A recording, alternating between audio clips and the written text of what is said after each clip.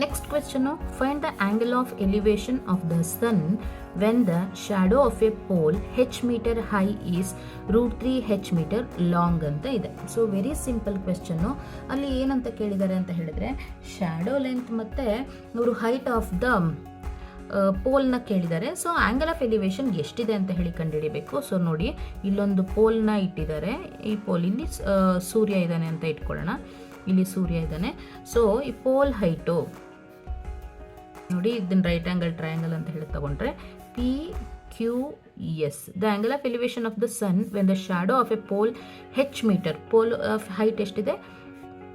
h ಇದೆ. So ಅದ್ರದ್ದು ಇದೆಷ್ಟಿದೆ?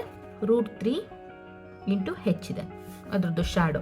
ನೋಡಿ, ಈ ಪಾಯಿಂಟಿಂದ ಇದು ಪೋಲ್ ಇದೆ ಅಂತಂದರೆ ಪೋಲ್ದು ಶಾಡೋ ಯಾವುದ್ರ ಮೇಲೆ ಬೀಳುತ್ತೆ? ಇದ್ರ ಮೇಲೆ ತಾನೇ ಬೀಳೋದು. ಸೊ ಕನ್ಸಿಡರ್, ಇವಾಗ ನಮಗೆ SQ be the length of pole, ಸರಿನಾ? ಅದೇ ಥರ PQ ಅಂತ ಅಂದ್ರೆ ಏನು? ಅದು ಎಷ್ಟಿದೆ? h ಮೀಟರ್ಸ್ ಇದೆ. ಸೊ ನೆಕ್ಸ್ಟು PQ ಅಂದರೆ ಲೆಂತ್ ಆಫ್ ಶಾಡೋ.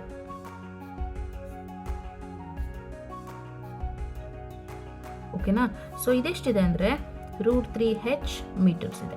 ಸೊ ಇವಾಗ ನಾವು ಏನನ್ನು ಕ್ಯಾಲ್ಕುಲೇಟ್ ಮಾಡಬೇಕಂತಂದರೆ ಆ್ಯಂಗಲ್ ಆಫ್ ಎಲಿವೇಶನ್ನ ಕ್ಯಾಲ್ಕುಲೇಟ್ ಮಾಡಬೇಕು. So tan theta will be equal to opposite by adjacent. So opposite by adjacent is nothing but opposite side ಎಷ್ಟಿದೆ? h divided by √3 h. ಈ h ಎರಡು ಏನಾಯಿತು? ಕ್ಯಾನ್ಸಲ್ ಆಯಿತು. ಹಾಗಾದರೆ tan theta will be equal to 1 divided by √3. Tan theta is equal to 1 by √3 ಆಗಬೇಕು ಅಂದರೆ theta ಏನಾಗಿರಬೇಕು? 30 degree ಆಗಿರಬೇಕು. ಸೊ ಆ್ಯಂಗಲ್ ಆಫ್ ಎಲಿವೇಶನ್ ಎಷ್ಟು ಹಾಗಾದರೆ?